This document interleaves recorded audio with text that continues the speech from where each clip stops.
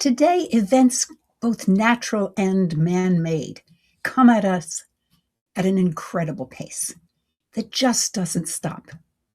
How does it impact you? And why does it do so? Today, we'll be talking with Madelaine Weiss. Let me begin that again.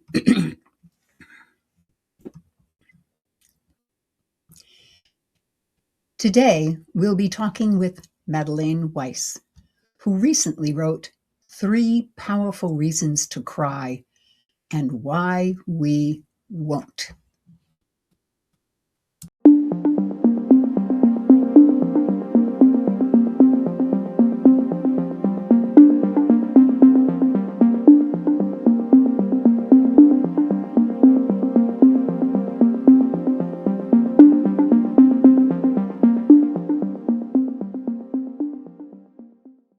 If you're on YouTube, please click the like button and subscribe.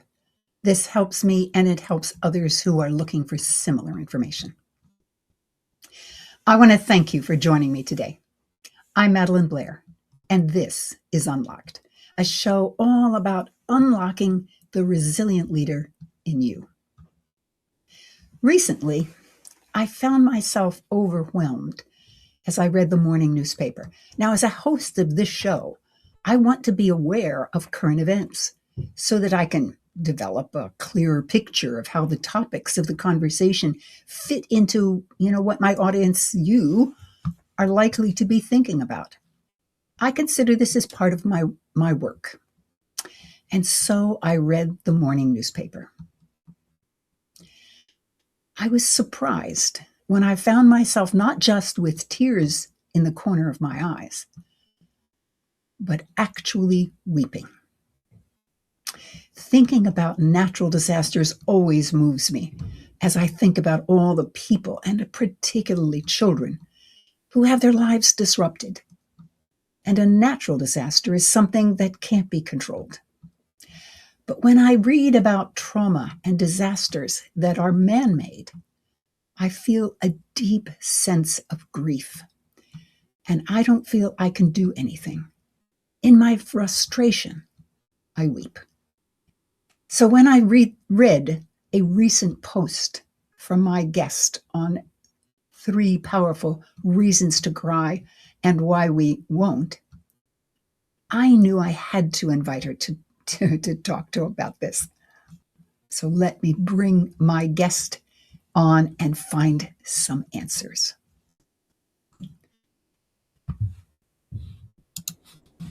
Madeleine, welcome back to Unlocked. Thank you for having me. I remember how much I enjoyed being with you. Oh, thank you. Well, it's a pleasure. Yeah. Well, Madeleine Claire Weiss is a board-certified executive career life coach, a Harvard-trained licensed psychotherapist, and mindset expert, helping high-stress professionals, executives, and entrepreneurs thrive in work and life. She is a co-author in the Handbook of Stressful Transitions Across the Lifespan, and author of the best-selling Getting to Great 5-Step Strategy for Work and Life. At best, I love this. What's your story? Mm-hmm. Building your best adventures in school and life, a personal development workbook for kids and the adults who love them. So again, welcome back. My pleasure. All right. Well, we're going to get right into this. It was interesting to me when you were framing that you broke down and then you happened upon the article that I wrote. I just want to submit, I also broke down and then I wrote that article. Well, how about that? I was watching someone give remarks and he broke down. Yeah. And when he broke down, which is not what he usually does, mm-hmm. then I broke down.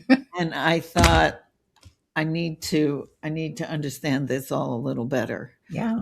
Well, now, hence, speaking about this paper. Why don't you just give a couple of touch points Okay. From the paper, and then we'll get into our discussion. Okay. So, to summarize it, to crystallize it, Mm-hmm. it was as you said, the three powerful reasons, trying the three reasons why we won't.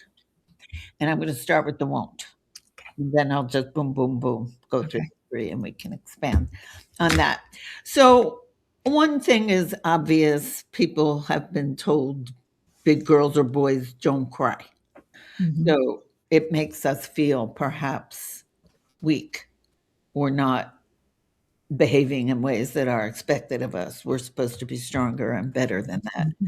Another would be a fear of losing control. There are those who feel like if they give into it once they start, like you were talking about the depth of it, Yeah. the grief, Mm-hmm. people worry that like how will they ever stop? Mm-hmm. How will they ever get to the appointment they have to go to in an hour? Yeah. Oh, so there's that reason. And then the other is that under enough stress, when the body is on alert, it actually shuts off the ability to cry. Wow. So you're physiologically in a mode that makes that not easier possible, perhaps, because your body is geared to be alert and ready for action. I Not didn't know that. I didn't either until I started researching. Yeah, yeah. So that's the three: the feeling weak, or appearing, worrying about appearing weak, Mm-hmm. or the fear of losing control, and also you're just physiologically not set for crying under certain kinds of stress.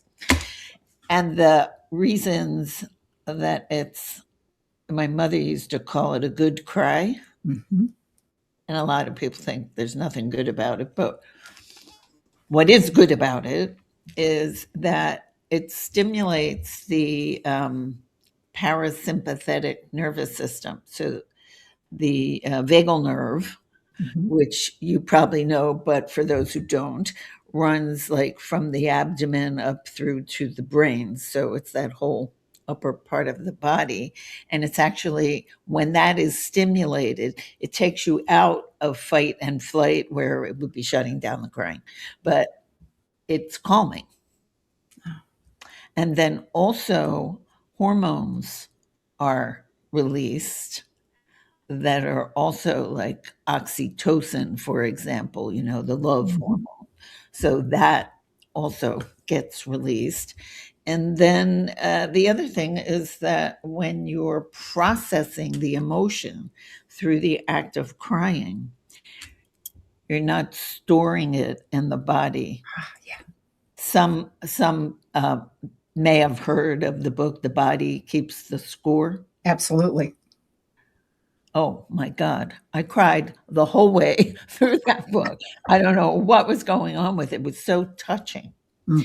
Um, but the idea is that when you let that be Mm. and let yourself be in that, you're not locking it in. You're not storing the pain in the body where it can wreak all kinds of havoc on you Mm.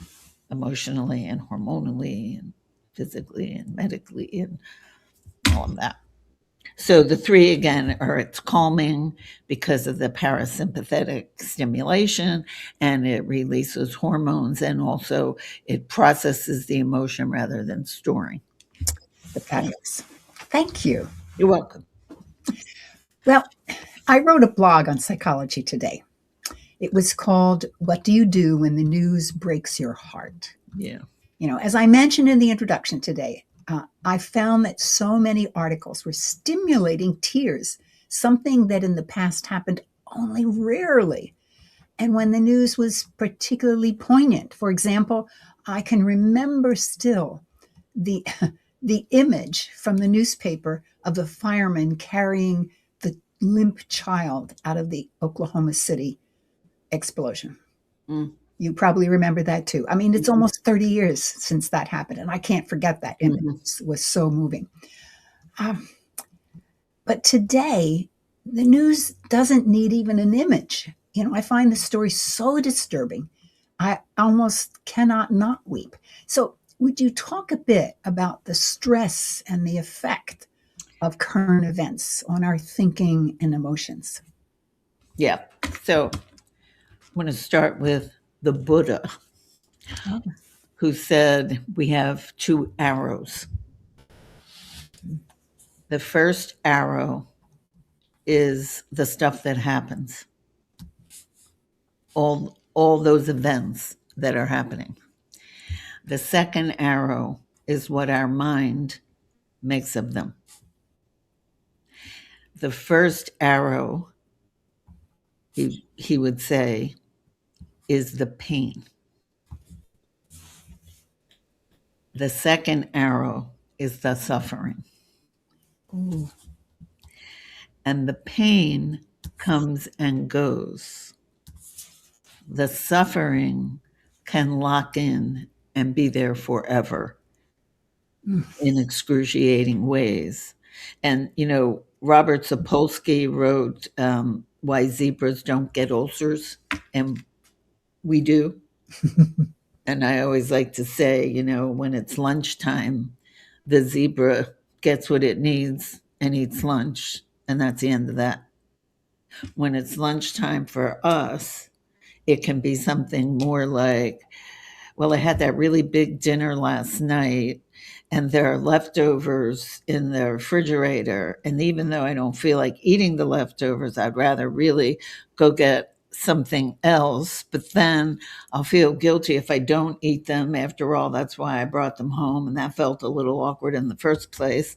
And and then there's and it goes on and on and on and on and on. And that's not what's happening. That's like that it's time for lunch. That's the mind. And he calls it adventitious suffering. It's what we do. It's what human beings do. And I'm seeing so much of it so all over the place right now. I was asked to, and I'm going to get a little maybe controversial, Okay. not about politics, but about an approach to all of this. I was recently asked to facilitate a discussion group for people who are struggling with how to deal with everything you just talked about, how to deal with the events and how disturbing people find them. And I said to them, if what you want is an echo chamber with like minded individuals playing Ain't It Awful about anyone and everyone who doesn't think like they do and see the world the way they do, I'm not your girl. If what you want is to work on how to create a world we want to live in spite of, or maybe even because of, everything that's going on around us, I would be delighted. So I said, think about it, because I know there's a strong pull to want to be with people who think just like we do, and to about everyone else together. And to my mind, that's the problem, not the solution. And I know that not everybody agrees with that. And in fact, I was on my way to the group meeting the other day and bumped into one of the participants. And she started saying to me, she said, I really appreciate being together with, like-minded people. And I said, the real trick and the most important task, as I see it, is to be able to be among those who are not like-minded. I take I a deep know. breath at that. I know. And when we were in the group and we were talking about this, I said it's like a marble. What the brain has like marbles. It's like a marble, and the groove is to go into that space where we trash the other, Yeah. and the marble just gravitates to the groove. Yeah. And I'm watching it.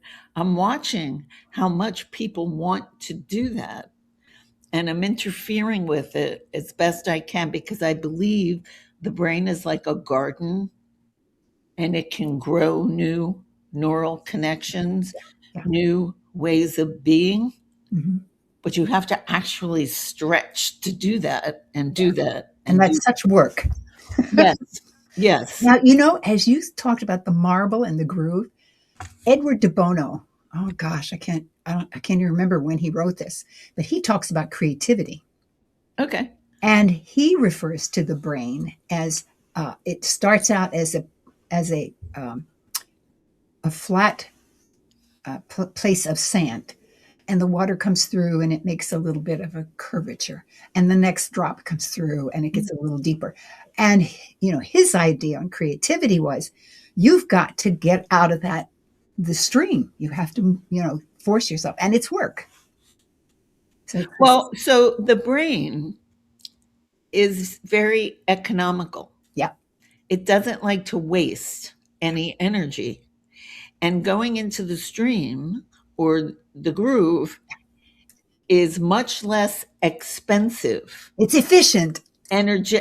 Well, just in terms of the energy, I mean, if you've ever tried to like start running or stop this or that or whatever, you Mhm. know how hard it is to do something. It's like no matter how miserable the comfort zone is, it's the comfort zone. And it takes much less energy to be in it, no matter Yeah. how pathetic it is, than to like stretch yourself Yeah. and pull yourself out of it to try something else. So this woman said to me at the end of our meeting, she looked at me and she said, "I'm confused." And Ah, I said, "Bravo." yeah. Because that was the first, that term unfreezing. Yeah.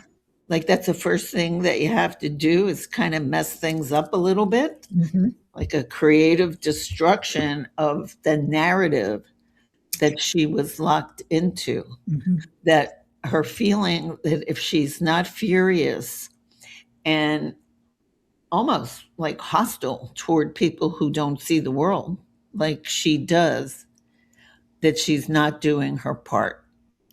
Ah, So the two things that I find that people struggle most with in these times are the other people who see things differently, and especially if they happen to be in your family or your neighbor or your church or whatever in your inner circle, but even not in the inner circle, it's coming to terms with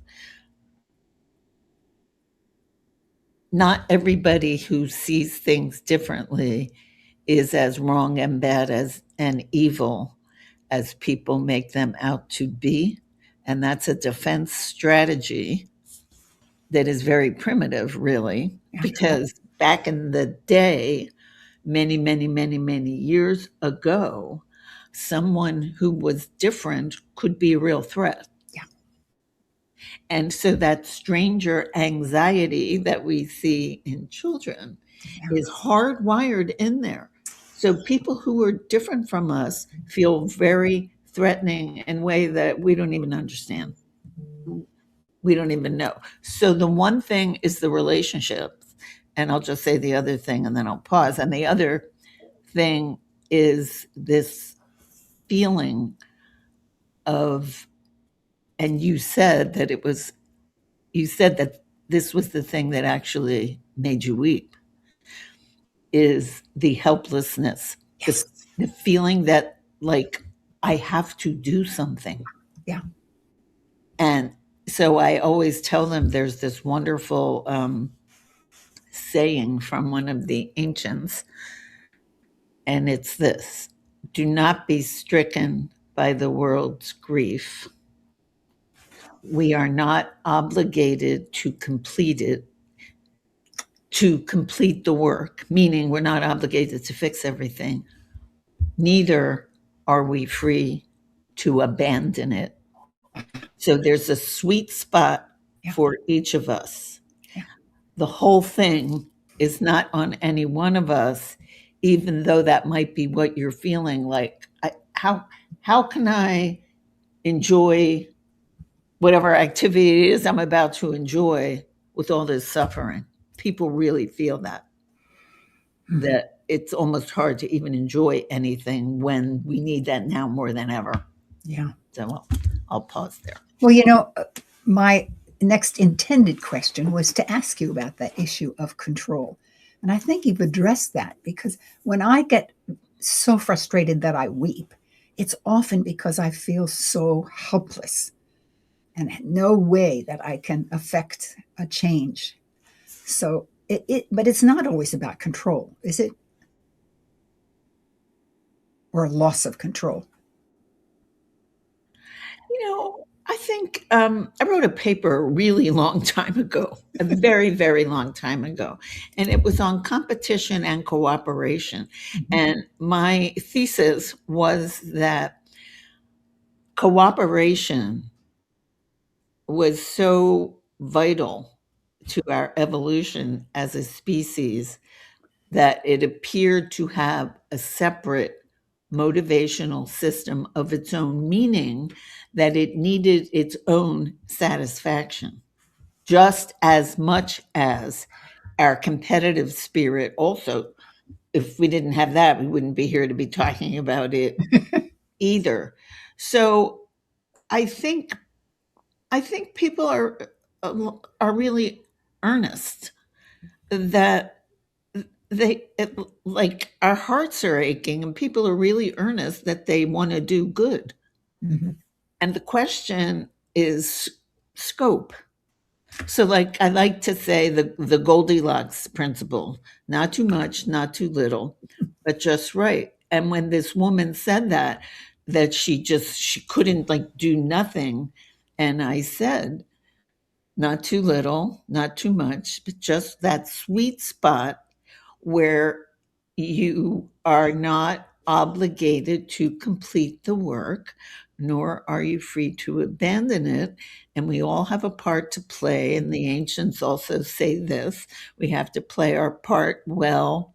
And they say it's not the length of the play, but the quality of the acting. And, I make sandwiches for the hungry every Friday morning. And that might sound like no big deal, but for me, it's sacred. It's my sacred space. And that's me creating a world that I want to live in. Fabulous. Fabulous. And everybody can, and it's so little. It's so little. Yeah. But it actually warms my heart to do that. So, yeah. Okay. I'm curious, is there a way to actually consciously limit what gets into our emotions? I mean, should we be taking steps to prepare ourselves? Or I'll leave the question like that. Okay, so here's the hand model of the brain. That's Dan Siegel's hand model of the brain. And this is the emotional center. So let's call it the amygdala. And when we're sensing something either extremely wonderful or terrible, that we get agitated. I mean, and I'm saying positive things too, because I have a client who would get so out of his mind when an investor was looking interested in investing in his company, and he'd be so that he couldn't think straight whether it was a good deal or not because he was so excited. So bad things do that too, but I just want to throw in there that people forget that good things do that. So anyway, when this thing is going berserk, because now you're like, oh my God, what is happening? This is the higher cortex. This gets all this activity throws this offline, and we're not thinking straight. But there's tons of research on people who have a certain kind of brain damage where the emotional center and the higher cortex are not speaking to each other. They're disconnected. So the higher brain gets no input. And there are stories about my favorite is the one of the doctor who couldn't get dressed in the morning. He had this brain damage, and they'd lay out his pants, and he didn't know how he felt about these pants or those pants or those pants. And he would just stand there staring at them. Then they did it so he couldn't decide. He couldn't make a decision because he was getting nothing from here. And then they did a study of some people with this impairment, did a simulation study about business, and they all went into bankruptcy because the fear of that was missing for them. Wow. So they were just rolling the dice and putting themselves into bankruptcy because their feelings weren't informing them. Like, I really love this description because when I work with executives, they want to make rational decisions. And I remind them, you cannot make a rational decision without emotion. So good girl. Go over it.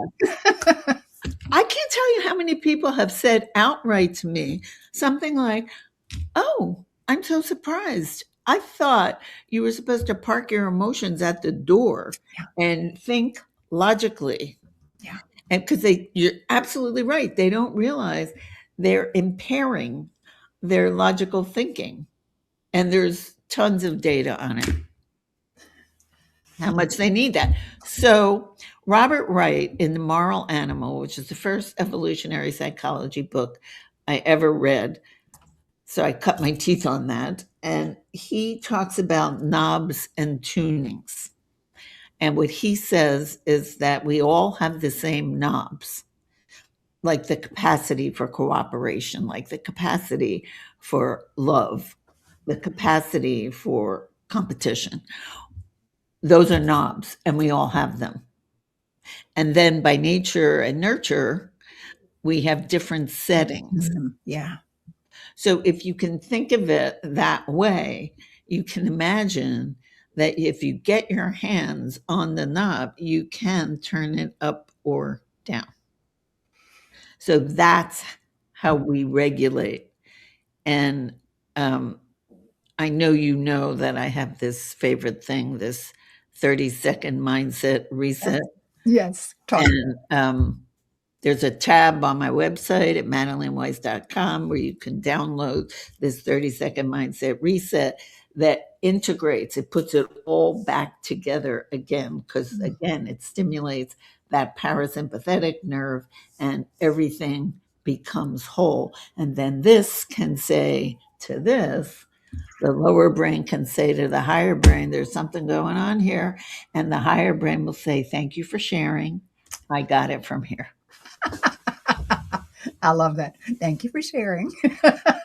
We're done with you. You go sit over there now. Yeah. Well, well, right now I'm thinking about my little granddaughter. She's 2.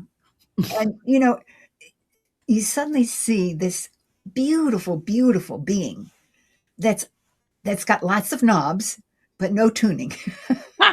Right. And you really play this. It's a real challenge as a person of influence on this child. How much do I influence that tuning without making it so that she shuts it off, shuts off her anger or whatever? And I know this gets far afield from what we were talking about, but as you're talking, it doesn't. Doesn't to you? Oh, good. But it does say to me, there are many people who may not have had the benefit of having parents who knew how to tune them reasonably. Exactly. And so it was safer not to feel.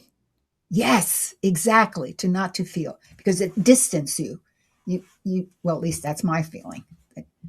You know, I really think one of the things that's really profound in us is the wish for witness, so that when she's feeling whatever she's filled with feeling, your being present is a bigger deal than I think we tend to give it credit for. Ah, The not being alone in the experience of such strong feeling, to not be alone in that is a lot in and of itself. oh, I find that very encouraging, Yeah, because that says just to me, being there. be present to her. Yeah. Just be present to her, even if you're confused about what to do and how to handle it. Because Well, she's confused about what to do and how to handle it, right, and to not be alone. yeah, Just think about that. yeah, If you're enraged and then you're afraid of where's this going, like what happens when I'm like this, like you yeah. could when you're two, knowing that there's someone there who can hold that space with you, Mm, so she's safe. she's safe. Yeah. I was thinking of one particular situation where she fell. Well, and what does the child do when they fall? They cry, and I decided I They was tend to not cry until they see an adult. Right? thank you, because that's exactly what happened. I knew she was perfectly safe, Yeah. and so I laughed at her, and I said, "Oh my goodness, that is so funny! Can you do it again?" Well, she would make herself fall because it was funny suddenly. Oh, okay. Oh, we digress. Well, so that kind of tells you that she just wanted you to be in it with her. Yes. Yeah. And I'm thinking maybe that's why we keep also seeking people like-minded. Just be with me. Well, yes. So times are very stressful. The more stressed we are, I think the more we regress. Yeah. And I think a lot of people are understandably sort of retreating to what you're saying, as much like me as possible. Hmm. And that's what all this polarization is about, which makes the world more frightening, not less frightening. Correct. So again, it's a solution that creates the problem, unfortunately. I think if people can find a way, and that's kind of what I'm working on with people, to respect Yeah. the differences and fear them less, and not have to cancel them so much. Hmm. Just like with the 2-year-old, like being with other people in their distress, even if it's different from your own. Hmm. I know that's when people say things like I'm confused because it's not the natural It's tendency. not natural. No, And especially under this kind of stress. I was just going to say I don't remember ever living under this kind of stress Right. generally. And I've Well, been through a lot of things, but not like this. So, yeah. kind of like the Cuban Missile Crisis. Yes, Were that was you, a little were you scary. around that? Yeah. I remember that. Yeah. A lot of people who are like my peers are bringing that up now, Interesting. that they remember back to that. Hmm. That's the one thing they can pull out that feels anything like what this Yeah. feels like. Yeah. Yeah. Well, all right. So, how can we now? And I think you've already begun to talk about this, but I want to get even more specific. How can we create a world? Let's begin with just just our immediate world. How can we create a place where we do feel witnessed and safe?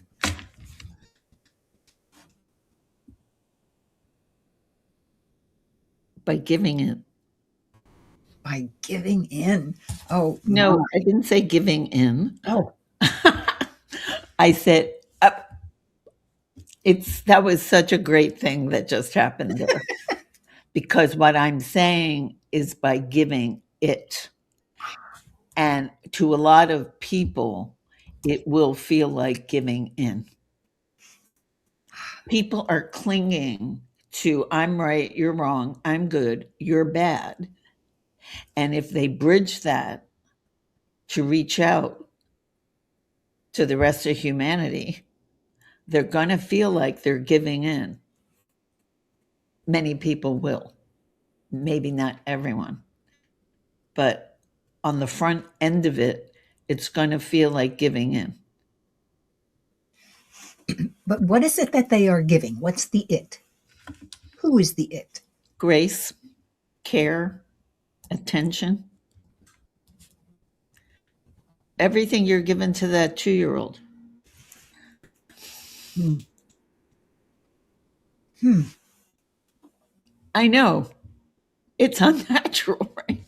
But what it says is that we are, regardless of how old we are human beings, and we will continue to act as a human. Yes, but But unlike the reptiles, we have this wonderfully developed higher cortex, mhm. and we can use it more and better than we do because right now I think a lot of us are pretty primitive and just trying desperately to find some way to feel okay. And it's not that bridging that I'm talking about, where we're showing respect and care for people who don't think exactly like we do. So how does a person start doing that? Just do it. So there's this wonderful book called How People Change. It's a very old book. I'm not even recommending that people read it, but it changed my life.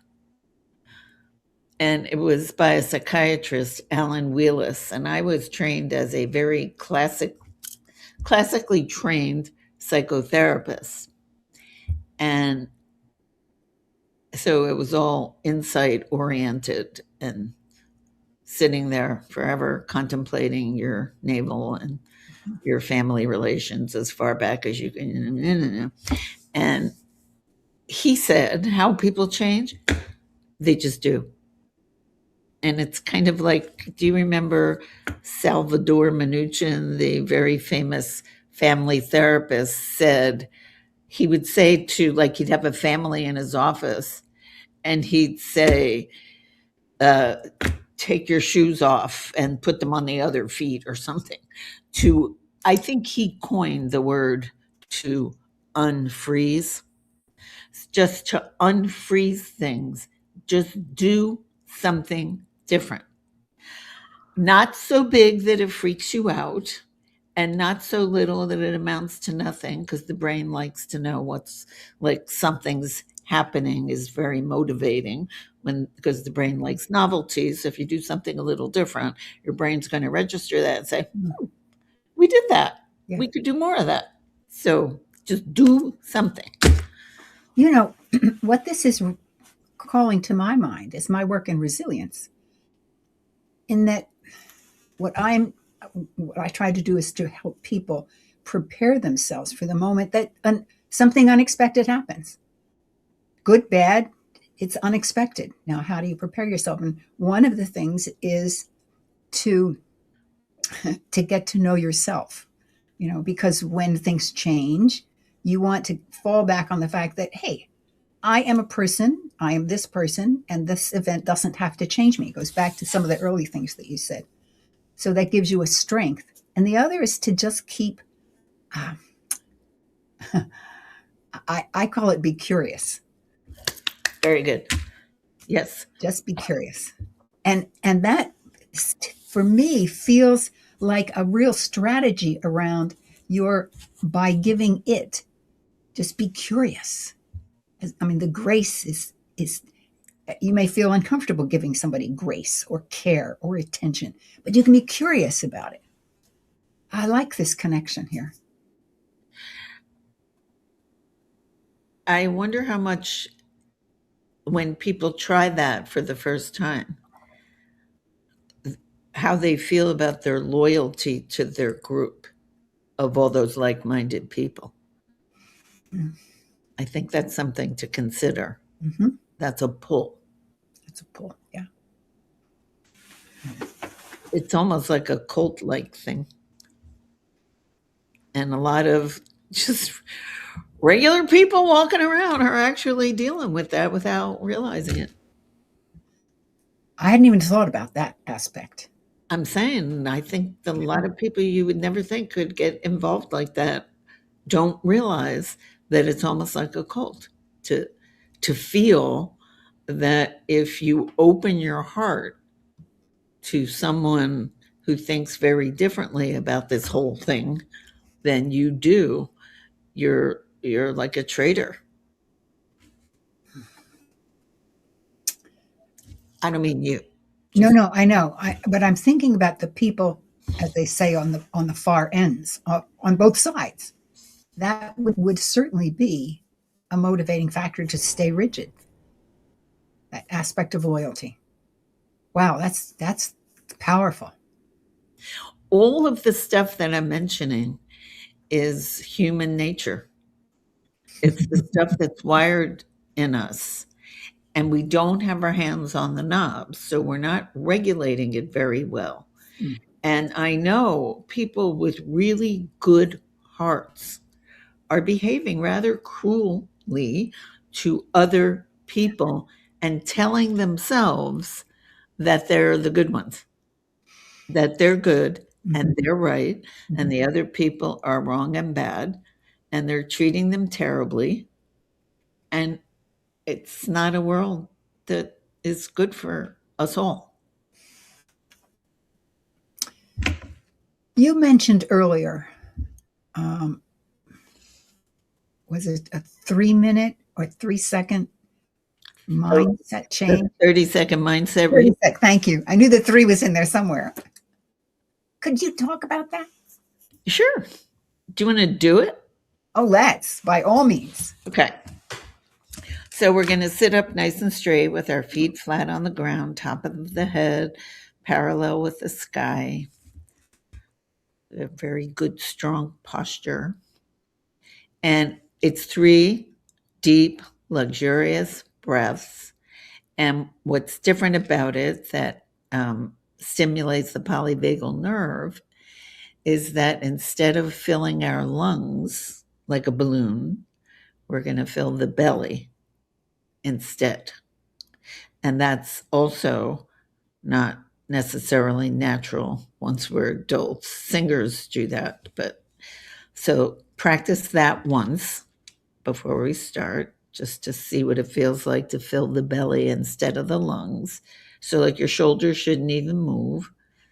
Your belly is going all the way out on the in breath and all the way in on the out breath. And you may begin.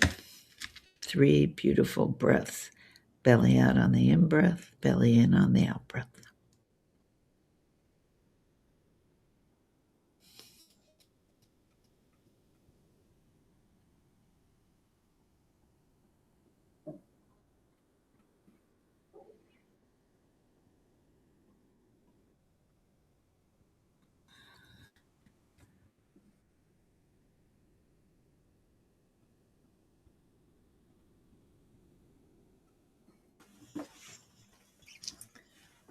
How was that?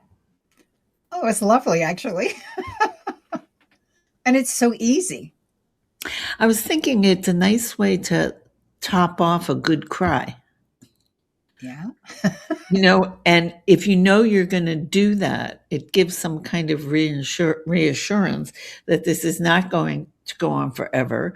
You're not going to land in the pits of despair and not be able to get out because you got this little trick you do, which just makes you all grounded and centered all over again. Mm-hmm. I also often teach people the box breathing, which is, 4 in, hold 4, out 4, hold 4, which is what the Navy SEALs practice. But this one is even easier. I was going to say this one's really easy. I don't even have to count.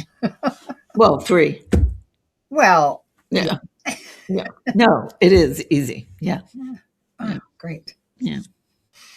So, can you imagine like picking out someone you know and lending them your ear and your heart,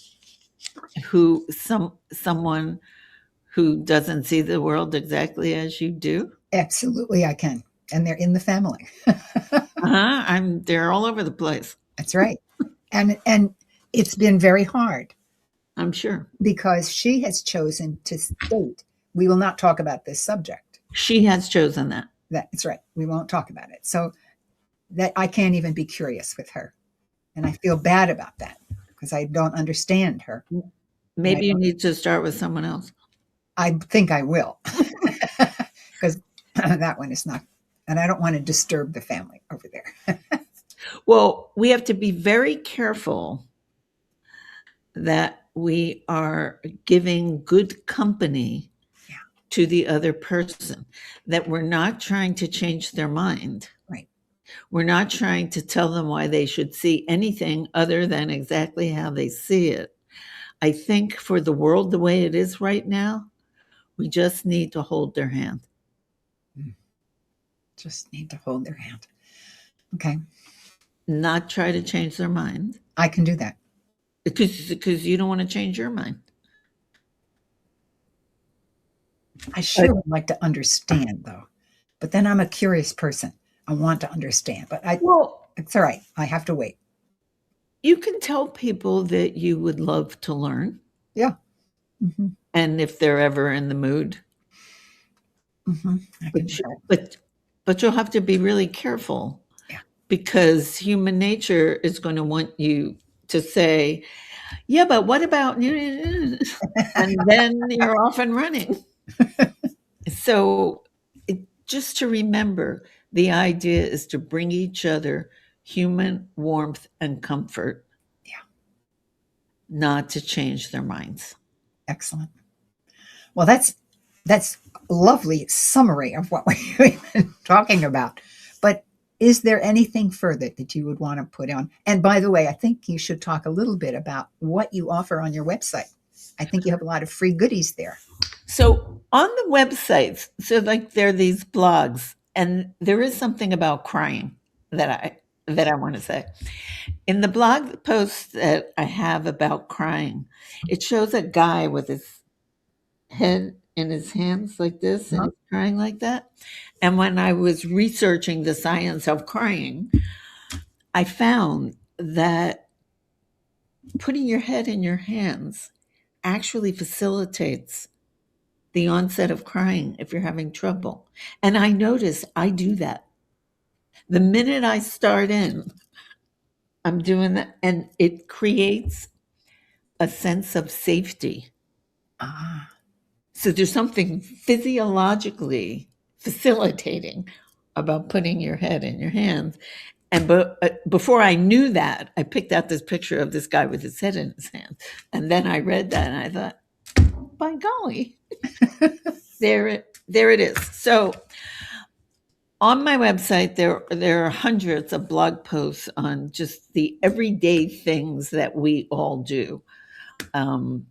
That I like to learn the science about for whatever use it can be to all of us as humans, as we're trying to be the best humans we can be. Mm-hmm. And then that power breathing, there's a little tab for there. There's icons from my 2 books, if anybody's interested in those. And there's also a tab for a complementary strategy session, if anybody would like. Fantastic. They couldn't ask for more. Goodies. Madeleine, thank you so much. Oh, thank you. This was a conversation. I knew I would learn something, but I wasn't sure I would always enjoy it. So, my. So indeed, thank you so much. You're welcome. Every now and then, there is something that changes how I think about the world. Grounds for Thought is a place where I talk about these moments so that you can explore the meaning for yourself. You know, in my book, Unlocked, I begin with the story of my daughter's brain tumor. Without the surgery, it would have been fatal. Fortunately, technology to do that particular type of strategy, or surgery rather, had been developed a few years earlier. Even so, her face would be altered. She would never look the same. My mother was always a stoic. She would stand when others crumpled. When she heard the news, she fell to weeping because she knew that my daughter, her granddaughter, would suffer from a damaged face just as she had done since an accident in her early childhood. I keep thinking about what Madeleine has been talking about. And I love the word witness, and that we can only do our part. What I realized at that moment was that the only thing I could do was be my daughter's support. I could succumb to crying, but I knew that I had to be the one to stand for her. I've asked myself, how did I do it? Certainly, I had a role model in my mother, but even she cried. Certainly, there was little I could do. I mean, I could feel like it was out of control, but there was a wonderful medical team that worked with her, and my family and friends were very supportive. Those two factors were critical in giving me strength.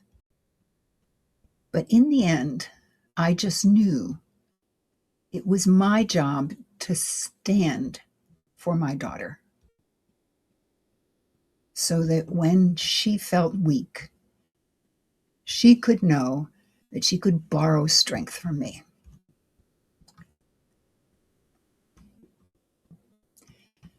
I began this show by talking about how I find myself weeping at traumatic and devastating news that I can't do anything about, especially when I can't do anything about it. As I wonder why I do, I'm uncertain. Standing firm in the midst of terrible news no longer feels appropriate for me. It feels as if there is no purpose in me standing firm. But as I thought about it, perhaps I'm crying now for all the mothers who must stand firm for their children in the midst of their trauma. I have no question for you today.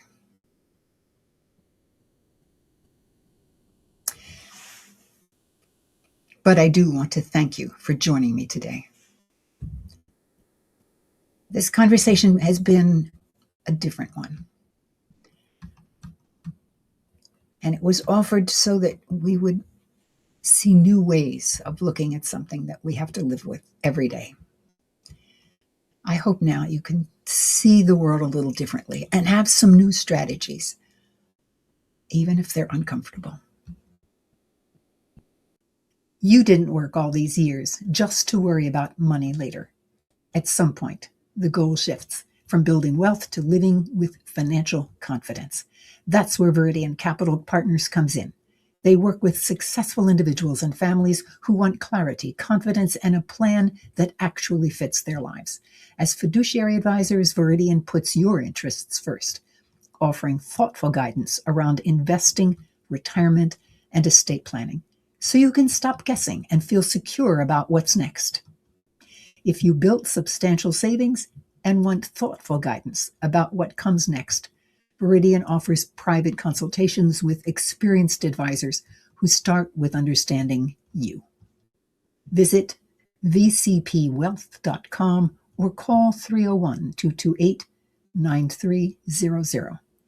And when you mention the Unlocked podcast, you'll receive a complimentary portfolio x-ray of your current investments. Viridian, building wealth and securing futures. I'm Madeline Blair, wishing you infinite possibilities as you unlock your resilient leader.